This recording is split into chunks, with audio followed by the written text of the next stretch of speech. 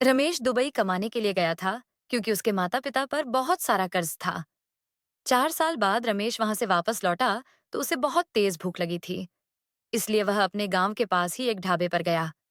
वहां पर रमेश ने देखा कि उसकी माँ सरिता बर्तन धो रही थी और पिता रामू वेटर का काम कर रहे थे। माँ पिता की ऐसी हालत देखकर रमेश को यकीन ही नहीं हो रहा था। रमेश ने तो सपने में भी नहीं सोचा था कि इस बुढ़ापे में भी उसके माँ पिता यह काम करेंगे। आखिर ऐसा कैसे हो गया? अगर माँ पिता यहाँ काम कर रहे हैं तो फिर उसकी पत्नी रीना कहाँ है? रमेश एक मध्यम वर्गीय परिवार से संबंधित है। उसके पिता रामू खेतीबाड़ी करते हैं। वह बिल्कुल भी पढ़े लिखे नहीं हैं और उसकी माँ सरिता घर में रहकर सबकी देखभाल करती हैं। रमेश के माँ पिता बहुत सीधे साधे हैं। हमारे इस समाज में सीधा होना ही बहुत बड़ा श्राप है। रमेश के बड़े पिता हरिप्रसाद ने अपने छोटे भाई रामू के सीधेपन का बहुत अच्छी तरह फायदा उठाया था। हरिप्रसाद महाराजाओं की तरह आराम से घर में बैठे रहते थे और रमेश के पिता खेतों में काम किया करते थे। रमेश की माँ सरिता दिन भर घर के कामों में लगी रहती थी और उसकी बड़ी माँ सुशीला सरिता पर हुक्म चलाया करती थी। वह जेठानी होने का भरपूर फायदा उठा रही थी। एक तरह से देखा जाए तो रमेश के माँ पिता की हैसियत उसके बड़े पिता और बड़ी माँ के सामने सिर्फ नौकर और नौकरानी की थी। रामू खेतीबाड़ी करके जो भी कमाते थे वह सारा पैसा हरिप्रसाद के हाथों में जाता था। रामू के 2 बच्चे थे, रमेश और छोटी बेटी रिया। हरिप्रसाद के कोई बच्चे नहीं थे।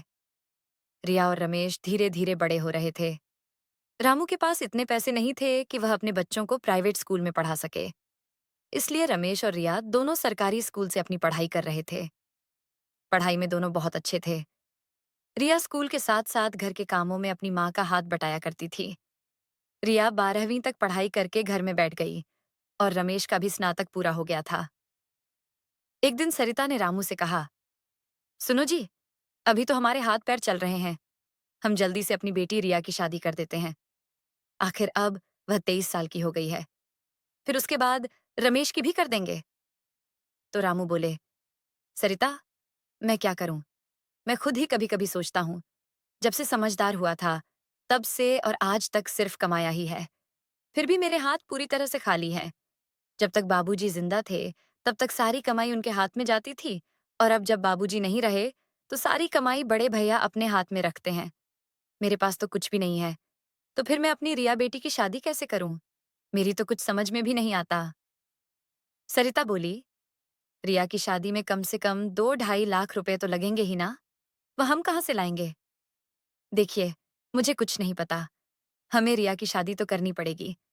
जब उसकी उम्र हो जाएगी तो फिर शादी करना मुश्किल हो जाएगा। आप बड़े भैया से इस बारे में क्यों बात नहीं करते? आखिर आज तक आपने जितना कमाया है सब उन्हीं को तो दिया है। तो फिर रिया की शादी का खर्च तो उन्हें ही उठाना पड़ेगा। रामू बोले, सरिता, तुम्हें क्या लगता है मैंने इस बारे में बड़े भैया से बात नहीं की? मैंने एक बार उनसे कहा था कि मैं रिया की शादी करना चाहता हूँ तो उन्होंने पैसे देने से साफ साफ मना कर दिया था। तुम कह रही हो तो एक बार मैं फिर से बात करता हूँ। पहले हमारी रिया के लिए कोई अच्छा सा लड़का देख लो, फिर हम सब बैठकर एक बार बड़े भैया से बात करेंगे। रामू ने रिया के लिए कई लड़के देखे। फिर उन्हें एक लड़का पसंद आ गया। वह सेना में नौकरी करता था और उसके माता पिता घर पर रहते थे। उस लड़के ने साफ साफ कह दिया था कि उसे दहेज में कुछ नहीं चाहिए, लेकिन लड़की ऐसी हो जो उसके माता पिता का ख्याल रख सके, क्योंकि वह तो ड्यूटी पर रहता है और उसके माता पिता घर में अकेले रहते हैं। रामू ने अपनी बेटी की शादी उसी के साथ तय कर दी। एक दिन की बात है, शाम का समय था। सभी लोग घर पर बैठे हुए थे। तभी रामू ने अपने बड़े भैया से कहा, भैया, मैंने रिया की शादी तय कर दी है। लड़का सेना में है, अच्छा खासा कमा लेता है। हमारी रिया को वहां पर कोई तकलीफ नहीं होगी। हरिप्रसाद बोले, शादी तय करने के बाद तुम मुझे बता रहे हो रामू?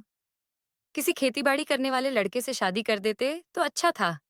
नौकरी करने वाले लड़के को दहेज कहाँ से दोगे? कभी सोचा है तुमने?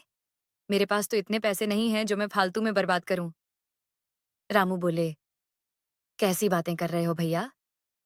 अभी तक तो मैंने जितना कमाया है सब आपको दिया है, कमा कमा कर दिया है। तो क्या तुम्हारा परिवार नहीं है? वह खाता कहाँ से है? ये कभी सोचा है तुमने? हम तो 2 ही लोग हैं, तुम तो 4 लोग हो। जितना तुम कमाते हो ना, उससे कहीं ज्यादा तो तुम्हारे ऊपर ही खर्च हो जाता है। तुम लोगों के चक्कर में मैं खुद ही आज तक पैसे नहीं बचा पाया। तभी रमेश बोला, ठीक है बड़े पापा, अगर आपको पैसे नहीं देने तो कोई बात नहीं।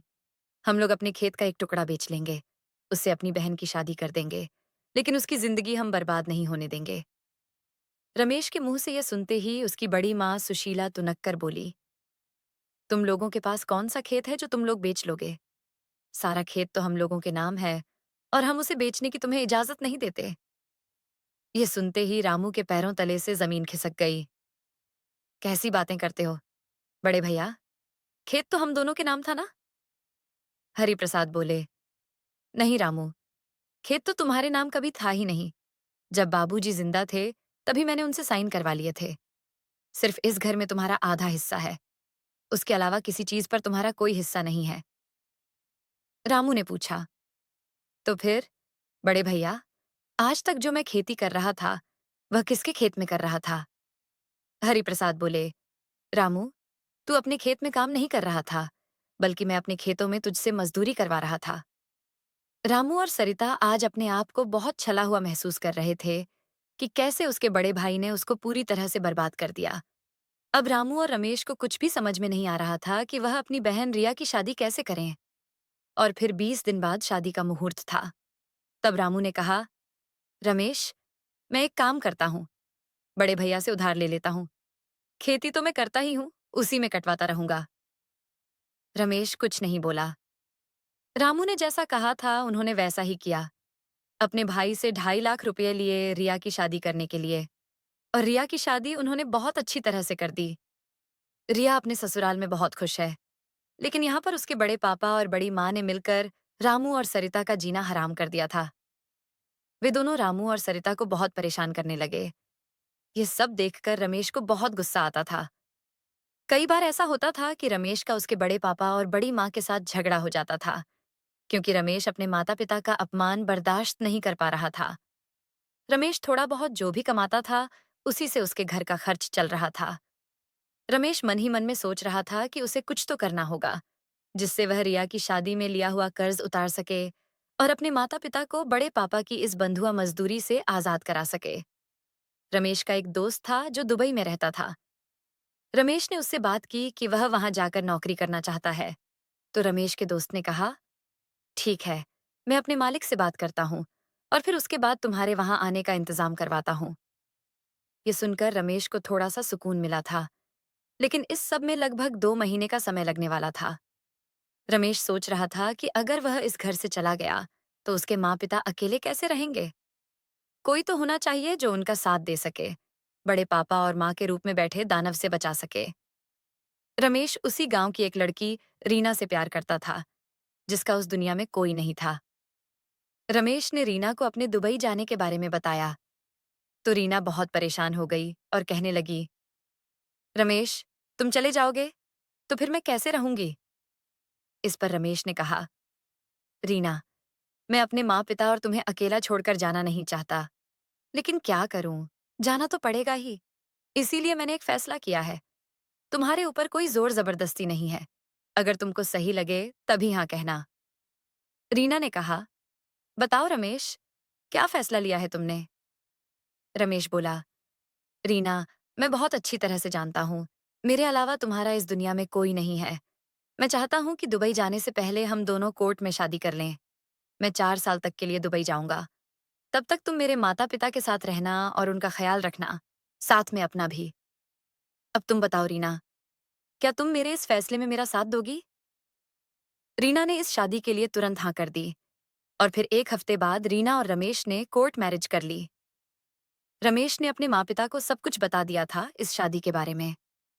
रमेश के माँ पिता तो रीना को बहुत प्यार करते थे, इसीलिए उन्हें इस शादी से कोई ऐतराज नहीं था।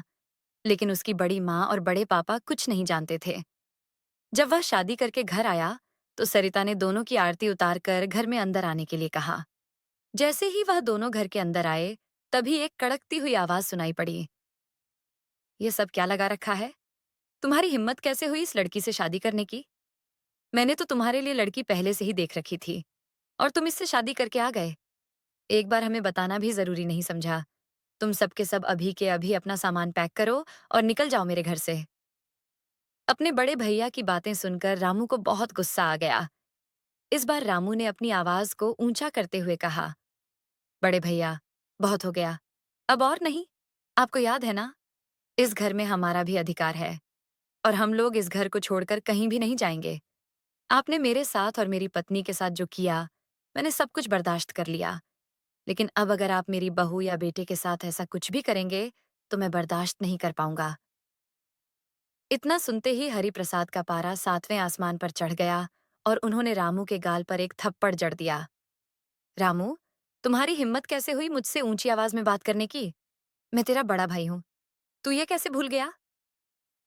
हरिप्रसाद ने दूसरा थप्पड़ मारने के लिए अपना हाथ उठाया ही था कि रमेश ने उनका हाथ पकड़ लिया। बस बड़े पापा, बहुत हो गया। रामू ने अपने बेटे को शांत कराया। बेटा, तू बीच में कुछ भी मत बोल, मैं हूं ना बात करने के लिए। इतने में बड़े पापा ने कहा, अगर इतनी ही आ गई है तुम लोगों में, तो जो मैंने तुम्हारी बहन की शादी में 2.5 लाख रुपए दिए थे, वह रुपए मेरे वापस करो। जब तक तुम मेरे रुपए नहीं दे देते, तब तक तुम लोग अपनी नजरें मेरे सामने नीचे करके रहना और अपने मुंह पर ताला लगा कर रखना। इतना बोलने के बाद उसके बड़े पापा और बड़ी माँ वहां से अपने कमरे में चले गए। सरिता ने अपनी बहू से माफी मांगी। बहू, हमें माफ कर दे। तूने तो अभी अभी घर में पैर रखा था और तुझे इतनी बातें सुना दी गई। रीना ने कहा, कोई बात नहीं मम्मी जी, मैं तो सब कुछ अच्छे से जानती हूँ, मुझसे कुछ भी छुपा नहीं है। सरिता रीना को रमेश के कमरे में ले गई। बेटा, आज से ये कमरा तेरे सुख दुख का साथी है। रमेश को उसके दोस्त का फोन आ गया था। उसने बताया कि सारा इंतजाम हो चुका है। 1 महीने बाद उसे दुबई आना होगा। धीरे धीरे करके दिन गुजरने लगे और 1 महीना कब बीत गया, पता ही नहीं चला। रमेश ने अपने माँ पिता को बताया कि वह 4 साल के लिए दुबई जा रहा है और वहां से आते ही बड़े पापा का सारा कर्जा चुका देगा और फिर वह लोग आजाद हो जाएंगे। तभी रामू ने कहा, रमेश, अभी अभी तो तेरी शादी हुई है और तू बहू को इस तरह अकेला छोड़कर कैसे जा सकता है? रमेश बोला, पापा, मैंने रीना से पहले ही सब कुछ बता दिया था। आप बिल्कुल भी परेशान मत हो। रीना ने रामू से कहा, पापा, आप मेरी चिंता बिल्कुल भी न करें। मैं एकदम ठीक हूं। बड़े पापा का कर्ज खत्म करना बहुत जरूरी है, नहीं तो हम कभी उनकी मजदूरी से आजाद नहीं हो पाएंगे। उसके बाद हम सभी खुलकर अपनी जिंदगी जी सकेंगे। तब तक सरिता बोली, बहू सही कह रही है। आज हम सब इस तरह की जिंदगी जी रहे हैं, कल को इन दोनों के बच्चे होंगे, तब वह भी क्या इसी तरह उनकी गुलामी करते रहेंगे? इसीलिए जो रमेश कर रहा है, उसको करने दीजिए। बातें हो जाने के बाद सभी लोगों ने एक साथ बैठकर खाना खाया और फिर रात की 10 बजे की फ्लाइट से रमेश दुबई के लिए निकल गया। अगले दिन जब रमेश के बड़े पापा को यह पता चला कि रमेश दुबई चला गया है, तो वह लोग बहुत ज्यादा खुश हो गए थे। हरिप्रसाद मन ही मन में सोच रहे थे कि अच्छा हुआ वह चला गया। अब उन्हें कोई रोकने वाला नहीं है। उन्होंने रामू और सरिता के साथ साथ अब रीना को भी परेशान करना शुरू कर दिया। रीना भी थोड़ा शांत स्वभाव की थी, इसीलिए वह ज्यादा बात नहीं करती थी। धीरे धीरे करके दिन गुजर रहे थे और 1 साल बीत गया। कभी कभी रमेश से बात हो जाया करती थी। रमेश का दोस्त ज्यादा पढ़ा लिखा नहीं था, इसीलिए वह वहां पर मजदूरी का काम किया करता था। लेकिन रमेश पढ़ा लिखा था, इसीलिए उसको वहां पर ठीक ठाक नौकरी मिल गई थी। एक दिन की बात है, रीना और सरिता किचन में काम कर रही थीं। रामू भी खेतों पर काम करके वापस आ गए थे।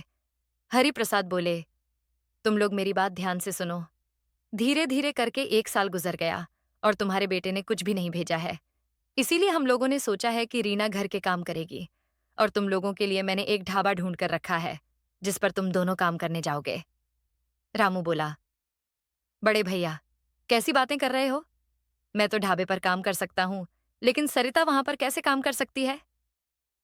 हरिप्रसाद बोले, रामू, तुमसे किसी ने पूछा है क्या?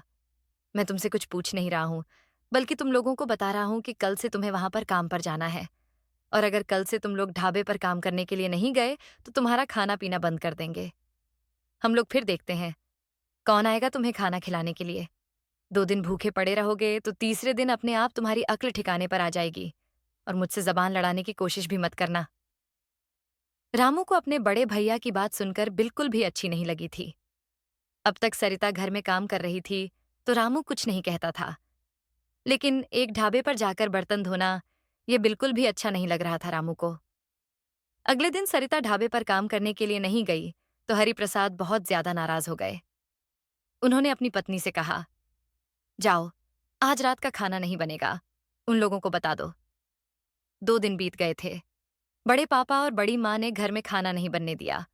अपने लोगों के लिए बड़े पापा बाहर से खाना पैक करवा कर ले आते थे, लेकिन घर में चूल्हा नहीं जलने दिया, जिसकी वजह से भूख के मारे सबकी जान निकल रही थी। सरिता ने रोते रोते रामू से कहा, चलो, कल से हम लोग ढाबे पर काम करने के लिए चलते हैं। तुम बिल्कुल भी परेशान मत हो, मैं काम कर लूंगी। आखिर हमने कर्जा लिया है तो चुकाना तो पड़ेगा ही। लेकिन रीना बहू घर में अकेली रह जाएगी। अगर उन लोगों ने बहू के साथ बुरा बर्ताव किया तो? तभी रीना ने कहा, पापा, आप हमारी चिंता बिल्कुल भी मत कीजिए। मैं इन लोगों को देख लूंगी, और फिर घर का काम करने में मुझे कोई दिक्कत नहीं है। आप बस अपना और मम्मी जी का ध्यान रखिएगा। सबका डेली रूटीन बन गया था। रामू और सरिता ढाबे पर काम करने के लिए जाते, और रीना घर में झाड़ू पोछा, बर्तन, खाना सब काम करती। कभी कभी रीना बड़ी माँ और बड़े पापा से बहुत तंग आ जाती थी, लेकिन फिर अपने आप को शांत कर लेती थी, क्योंकि वह अच्छी तरह से जानती थी कि अभी कोई पंगा करना ठीक नहीं है। जब तक रमेश दुबई से वापस नहीं आ जाते, तब तक हमें इसी तरह से रहना होगा, जैसे बड़े पापा और बड़ी माँ चाहते हैं। साल 6 महीने में जब रिया अपने माँ पिता से मिलने के लिए आती थी, तो उस दिन वह लोग ढाबे से छुट्टी ले लिया करते थे और पूरा दिन अपनी बेटी रिया के साथ बिताया करते थे। रिया को इस बात का पता भी नहीं चलता था कि उसके माता पिता एक ढाबे पर काम करते हैं। ऐसे ही धीरे धीरे करके 1 साल और गुजर गया। रामू और सरिता जिस ढाबे पर काम करते थे, वहां पर जितने भी रुपए मिलते थे, सारे के सारे रुपए बड़े पापा ले लिया करते थे।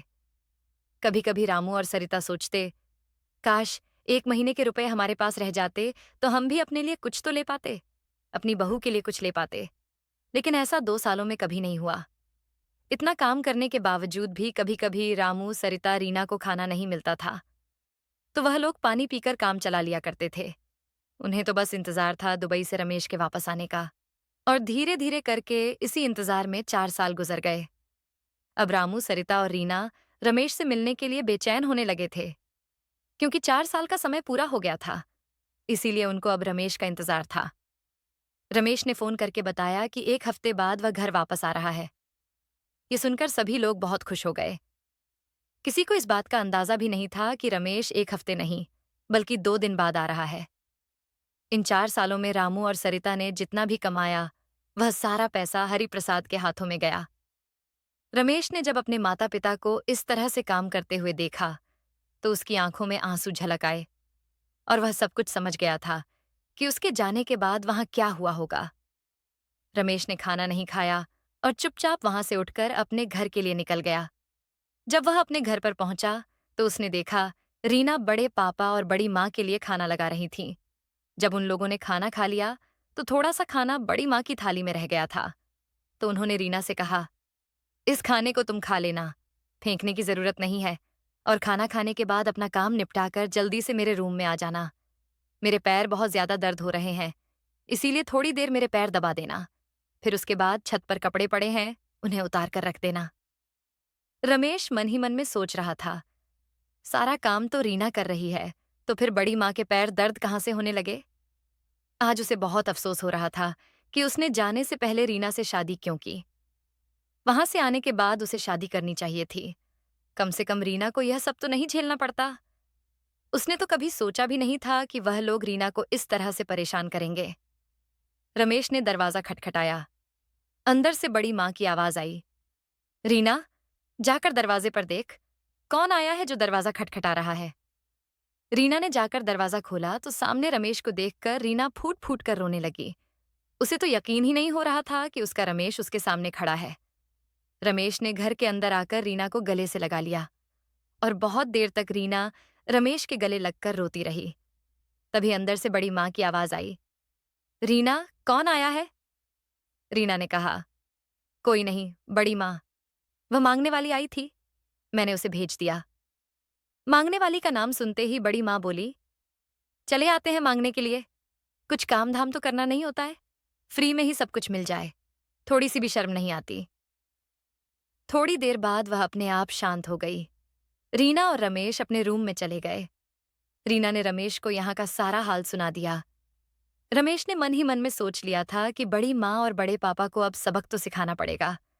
बहुत परेशान कर लिया इन लोगों ने हमारी फैमिली को। पर अब ऐसा कुछ नहीं होगा। आने दो शाम को मम्मी पापा को, फिर मैं इन लोगों से बात करता हूँ।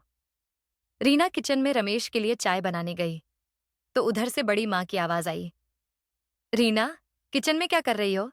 बड़बड़ की आवाज आ रही है। रीना ने कहा, कुछ नहीं बड़ी माँ, बस पानी पीने के लिए आई थी। बड़ी माँ फिर से बड़बड़ाने लगी।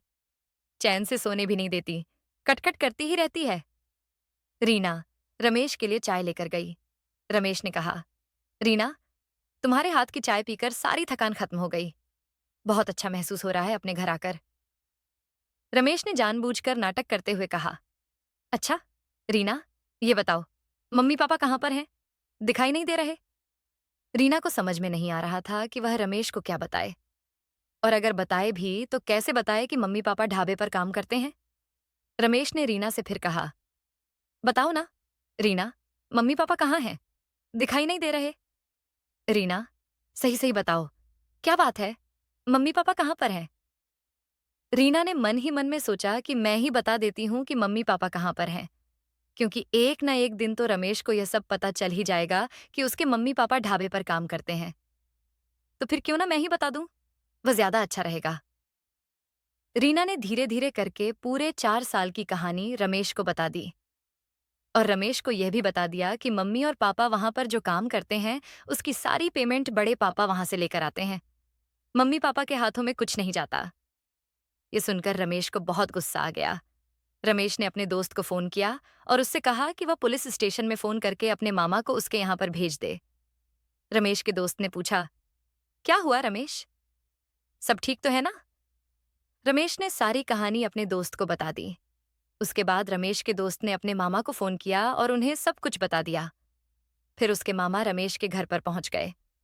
दरअसल रमेश के दोस्त के मामा उस थाने में इंस्पेक्टर हैं। इंस्पेक्टर को देखकर उसकी बड़ी माँ थोड़ी चिंतित हो गई थी और बड़े पापा भी परेशान दिखाई दे रहे थे। बड़े पापा ने इंस्पेक्टर से पूछा, क्या हुआ इंस्पेक्टर साहब, आप यहाँ पर क्यों आए हैं? इंस्पेक्टर साहब ने कहा कि उन्हें रमेश से मिलना है। बड़े पापा बोले, रमेश तो यहाँ नहीं रहता, वह तो दुबई में रहता है। क्या हुआ, उसने कोई गलत काम किया है क्या? इंस्पेक्टर साहब बोले, नहीं नहीं, कोई गलत काम नहीं किया है और वह यहीं पर है। उसी ने मुझे फोन करके बुलवाया है। क्या, रमेश यहाँ पर है? उसकी बड़ी माँ और बड़े पापा ने हैरान होते हुए कहा। तभी रमेश अंदर कमरे से बाहर आया। उसे देखकर वह लोग अचंभित हो गए। इंस्पेक्टर साहब ने रमेश से कहा, क्या हुआ रमेश, तुमने मुझे यहाँ पर क्यों बुलाया? रमेश ने कहा, अंकल, ये मेरे बड़े पापा हैं और हम लोगों ने अपनी बहन की शादी में इनसे 2.5 लाख रुपए लिए थे। वह मुझे लौटाने थे, इसीलिए मैं बाहर काम करने के लिए गया था। जब मैं वहां से वापस आया तो मैंने देखा मेरे मम्मी पापा एक ढाबे में काम कर रहे थे और रीना यहाँ पर नौकरानी की तरह सारे काम कर रही थी। मेरे मम्मी पापा दोनों मिलकर महीने का 15,000 कमाते हैं और वह सारे रुपये ये लोग वहां से लेकर आते हैं। मेरी मम्मी पापा को कुछ नहीं मिलता। बड़े पापा ने अपनी आवाज को तेज करते हुए कहा, कैसी बातें कर रहा है रमेश, मैं वहां से कोई पैसे लेकर नहीं आता। तेरे मम्मी पापा वहां पर काम करते हैं तो जो भी पैसे मिलते हैं वह लोग खुद अपने पास रखते हैं। क्या सबूत है तेरे पास कि मैं वहां से पैसे लेकर आता हूं? रमेश ने कहा, बड़े पापा, आप मेरे साथ ढाबे पर चलिए, अभी सच पता चल जाएगा। इंस्पेक्टर साहब भी उन लोगों के साथ ढाबे पर पहुंच गए। जब वहां पर रामू और सरिता ने अपने बेटे रमेश को देखा तो उनकी आंखों से आंसू निकल पड़े। वह लोग दौड़ते हुए अपने बेटे रमेश के पास आए और उसे गले से लगा लिया। रामू बोले, बेटा रमेश, तू तो 5 दिनों बाद आने वाला था, फिर कैसे? रमेश बोला, पापा, मैं आप लोगों को सरप्राइज देना चाहता था, लेकिन यहां आकर तो मुझे खुद ही सरप्राइज मिल गया। मैं वहां से जब वापस आया तो रास्ते में मुझे बहुत तेज भूख लगी, इसीलिए मैं इसी ढाबे पर सुबह खाने के लिए रुक गया था और फिर मैंने देखा कि आप लोग यहाँ पर काम कर रहे थे।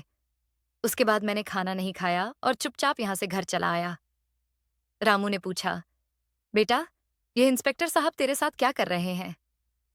रमेश बोला, पापा, ये मेरे दोस्त के मामा हैं और इनको मैंने बुलाया है, जिससे सारी बातें आज ही एकदम साफ हो जाएं।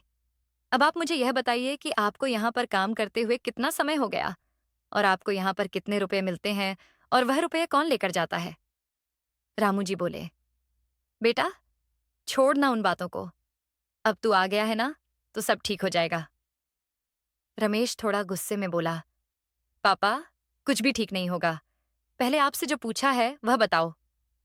तो उन्होंने बताया, बेटा, लगभग 2 साल होने वाला है हमें यहाँ पर काम करते हुए। हम दोनों के मिलाकर मालिक साहब 15,000 देते हैं, जो तुम्हारे बड़े पापा एक तारीख को हर महीने आकर ले जाते हैं। इंस्पेक्टर साहब ने अंदर से ढाबे के मालिक को बुलवाया और उससे पूछा, रामू और सरिता की पेमेंट आप किसे देते हैं? ढाबे का मालिक किसी पचड़े में नहीं पड़ना चाहता था, इसीलिए उसने सच बता दिया कि वह रुपए हरिप्रसाद को देता है, क्योंकि रामू और सरिता को ढाबे पर हरिप्रसाद ने ही लगवाया था। इतना सुनने के बाद रमेश बोला, तो बड़े पापा, अब आपका और हमारा हिसाब किताब तो क्लियर हो गया। जितना आपने हमें दिया था, मेरे मम्मी पापा ने 2 सालों में उससे ज्यादा को कमा कर दे दिया है। बड़े पापा तुरंत बोले, और जो 4 सालों से इन्हें खिला रहा हूं वह क्या फ्री में आता है? रमेश ने बोला, मेरी रीना जो 4 सालों से आपके घर में नौकरानी की तरह काम कर रही है, उसका क्या? अब उन लोगों के पास रमेश के प्रश्न का कोई जवाब नहीं था। वह चुपचाप वहां से सीधे घर चले आए। रामू ने कहा, बेटा, तुझे यह सब करने की क्या जरूरत थी? उनके पैसे दे देता, सीधे बात खत्म हो जाती। रमेश बोला, पापा, मैं तो पैसे देने के लिए ही तो आया था, लेकिन जब मैंने आप दोनों और रीना की ऐसी हालत देखी, तो फिर मैंने उन्हें सबक सिखाने का सोच लिया। और पापा, अभी तो बहुत कुछ बाकी है। अभी आप घर चलिए और देखिए आगे क्या क्या होता है। रमेश ने इंस्पेक्टर साहब से कहा, अंकल, थोड़ी देर और रुक जाइए, उसके बाद आप चले जाइएगा। उसके बाद सभी घर आ जाते हैं। रमेश ने एक बार फिर अपने बड़े पापा को आवाज दी और इस बार उसने घर के कागज और खेती के कागज मंगवाए। पहले तो उसके बड़े पापा घर के कागज और जमीन के कागजात लाने में आनाकानी कर रहे थे। फिर जब इंस्पेक्टर साहब ने हड़का कर कहा, तो फिर वह सारे कागज लेकर आए। इंस्पेक्टर साहब ने जब वह कागज देखे, तो पता चला कि इस घर में रामू का आधा हिस्सा है और जो 3 बीघे जमीन है, उसमें भी 1.5 बीघा रामू के नाम पर है। ये सुनते ही रामू और सरिता के पैरों तले से जमीन ही खिसक गई, क्योंकि हरिप्रसाद ने तो कहा था कि सिर्फ इस घर में ही रामू का आधा हिस्सा है, खेती में नहीं। इंस्पेक्टर साहब के सामने बड़े पापा की सारी पोल पट्टी खुल गई थी, इसीलिए वह चाहकर भी कुछ नहीं कर पाए थे। आज रामू का पूरा परिवार हरिप्रसाद की गुलामी से पूरी तरह से आजाद हो गया था। रामू का पूरा परिवार आज बहुत खुश था। आज पहली बार वह लोग आजादी से सांस ले पा रहे थे। रमेश दुबई से ठीक ठाक पैसे कमा कर लाया था, इसीलिए उसने अपना कपड़ों का बिजनेस शुरू किया, जो धीरे धीरे करके 1 साल में बहुत अच्छा चलने लगा। रामू और रमेश दोनों अपने कपड़े का व्यापार संभाल रहे थे। सरिता और रीना घर के काम देख रही थीं। रामू और सरिता को आज रमेश पर बहुत गर्व महसूस हो रहा था, क्योंकि उनके बेटे ने आज उनको गुलामी की जंजीरों से आजाद करवा दिया था। बड़ी माँ और बड़े पापा की हालत धीरे धीरे बस से बदतर होती जा रही थी। आए दिन उन दोनों में झगड़े होते रहते थे और इधर रामू और सरिता अपने बच्चों के साथ बहुत खुश हैं। कहते हैं, हमें हमारे कर्मों का फल जरूर मिलता है। रामू और सरिता ने बहुत अच्छे कर्म किए थे, इसीलिए उन्हें फल भी बहुत अच्छा मिला। बड़े पापा और बड़ी माँ ने बुरे कर्म किए थे, इसीलिए उसका फल भी उन्हें बुरा ही मिला। ऐसे ही मजेदार कहानियां सुनने के लिए हमारे चैनल को सब्सक्राइब करें। आशा करती हूँ आपको हमारी कहानी अच्छी लगी होगी। अगर आपको हमारी कहानी अच्छी लगी तो वीडियो को लाइक और शेयर करें। चैनल को सब्सक्राइब करें। वीडियो देखने के लिए आपका धन्यवाद।